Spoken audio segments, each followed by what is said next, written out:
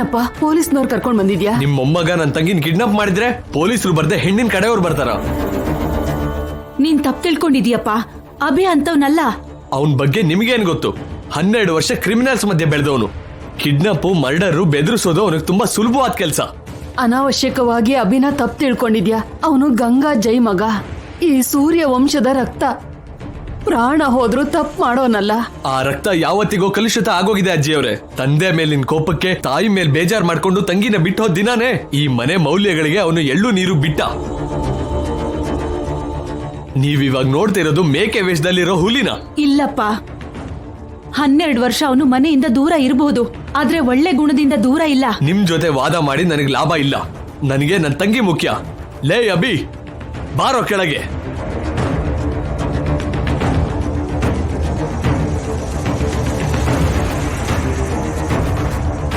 ನೀನ್ ಬರ್ತೀಯಾ ನನಗೆ ಬಾ ಅಂತ್ಯ?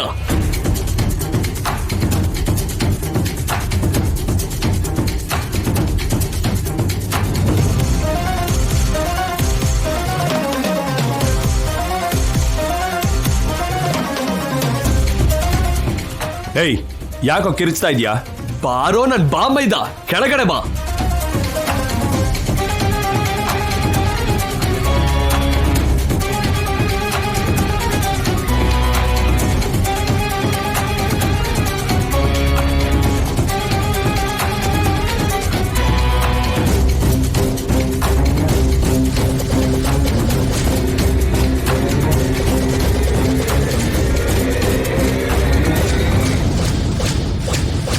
ಲೇಯ್, ಯಾಕೋ ಮನೆಗೆ ಪೊಲೀಸರನ್ನ ಕರ್ಕೊಂಬಂದಿದ್ಯಾ? ನಿನ್ನ ಹತ್ರ ನಿಜ ಬಾಯ್ ಬಿಡ್ಸೋದಕ್ಕೆ. ನನ್ ತಂಗಿನ ಎಲ್ ಬಚ್ಚಿಡ್ಯಾ ಹೇಳೋ. ನನಗೆ ಗೊತ್ತಿಲ್ಲ ಅಂತ ಹೇಳಿದೆ ಅಲ್ವಾ? ಇನ್ಸ್ಪೆಕ್ಟರ್, ಇವನ್ ಹೆಸರು ಅಭಿರಾಮ್. ನನ್ನ ಹೆಂಡತಿಗೆ ಅಣ್ಣ. ನನ್ ತಂಗಿನ ಪ್ರೀತಿಸಿದೀನಿ ಅಂತ ಮೋಡಿ ಮಾಡಿ ಮದ್ವೆ ಮಾಡ್ಕೊಳ್ದೇನೆ ಬಿಟ್ಬಿಟ್ಟ.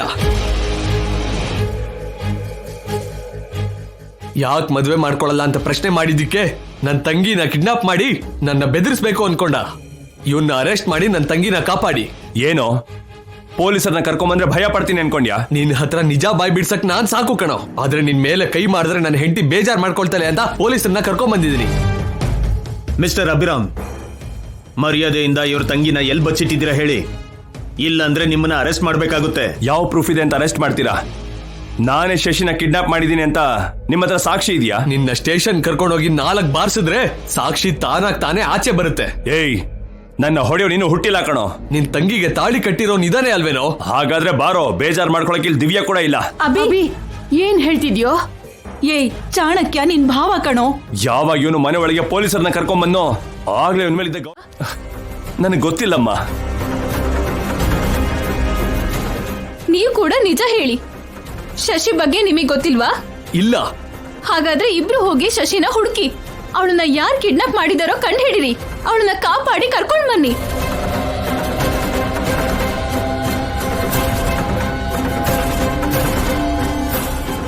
ಇನ್ಸ್ಪೆಕ್ಟರ್, ಇದು ನಮ್ಮ ಫ್ಯಾಮಿಲಿ ವಿಷಯ, ನಾವು ನೋಡ್ಕೋತೀವಿ. ದಯವಿಟ್ಟು ನೀವು ಹೊರಟೋಗಿ. ಓಕೆ ಮೇಡಮ್, ಆದ್ರೆ ಆ ಹುಡುಗಿ ಕಿಡ್ನಾಪ್ ಆಗಿರೋದ್ರಿಂದ ಕಂಪ್ಲೇಂಟ್ ತಗೊಂಡು ನಮ್ಮ ಕೆಲಸ ನಾವು ಮಾಡ್ತೀವಿ. ಏನಾದ್ರೂ ಗೊತ್ತಾದ್ರೆ ಇನ್ಫಾರ್ಮ್ ಮಾಡ್ತೀವಿ. Thank you sir.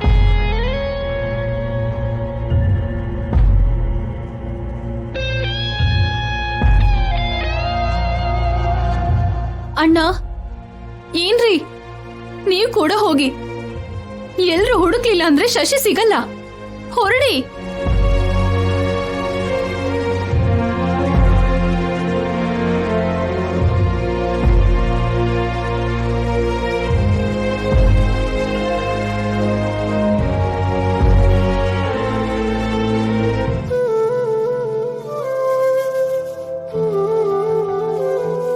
ಅಜ್ಜಿ, ನಮ್ಗೆ ಯಾಕಮ್ಮ ಇಂಥ ದೌರ್ಭಾಗ್ಯ? ಎಲ್ಲ ಸರಿ ಹೋಯ್ತು ಅನ್ಕೊಂಡ್ರೆ ಮತ್ತೆ ಕಷ್ಟನೇ ಬರ್ತಾ ಇದೆ. ಏನಾಗಲ್ಲ ಅಜ್ಜಿ, ನೀವು ಭಯ ಪಡ್ಬೇಡಿ. ನೀನ್ ಬರ್ದೇ ಇದ್ದಿದ್ರೆ ಪರಿಸ್ಥಿತಿ ಹೇಗಿರ್ತಿತ್ತು ಊಹಿಸ್ಕೊಳ್ಳೋದಕ್ಕೆ ಭಯ ಆಗ್ತಿದ್ಯಮ್ಮ. ಈಗ ಬಂದೆ ಅಲ್ವಾ ಅಜ್ಜಿ, ಅಜ್ಜಿನ ರೂಮಿಗೆ ಕರ್ಕೊಂಡು ಹೋಗೋಣ. ಅಜ್ಜಿ ಎದ್ದೇಳಿ.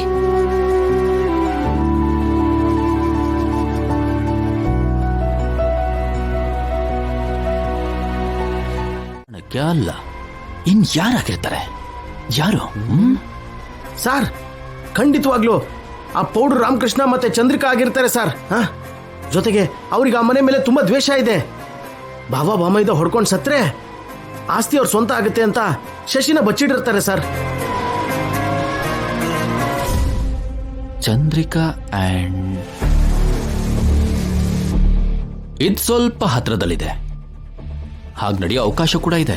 ಸರ್ ಮತ್ತೆ ನಾನು ಎದ್ದೋಗ್ತೀನಿ ಸರ್. ನೀರಯ್ಯ, ಅವ್ರು ಇಲ್ಲಿವರೆಗೂ ಎಷ್ಟೋ ಪ್ಲಾನ್ ಮಾಡಿದ್ದಾರೆ, ಆದ್ರೆ ಯಾವ ಪ್ಲಾನು ಸಕ್ಸಸ್ ಆಗಿಲ್ಲ.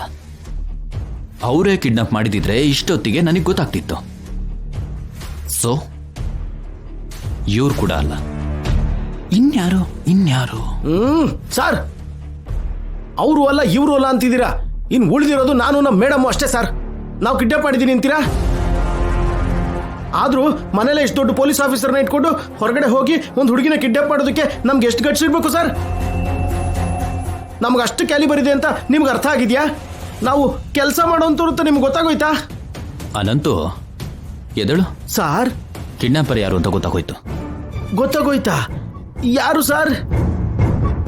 ನನಗೆ ತುಂಬಾ ಗೊತ್ತಿರೋರು, ನನಗೆ ತಪ್ಪು ದಾರಿ ತೋರಿಸ್ತೋರು, ನನ್ನ ಹತ್ರನೇ ನಾಟಕ ಮಾಡಿದವರು, ನನ್ನೇ ಮೋಸ ಮಾಡಬೇಕು ಅಂತ ಅನ್ಕೊಂಡವರು, ಕೊನೆಗೆ ಅವರು ತೆಗೆದ ಗುಂಡಿಗೆ ಅವರೇ ಬೀಳ್ತಿದ್ದಾರೆ. ಯಾರು ಅಂತ ಹೇಳಿ ಸರ್. ಹೇಳ್ತೀನಿ ನಾನಂತೂ, ವೈಟ್ ಅಂಡ್ ಸಿ.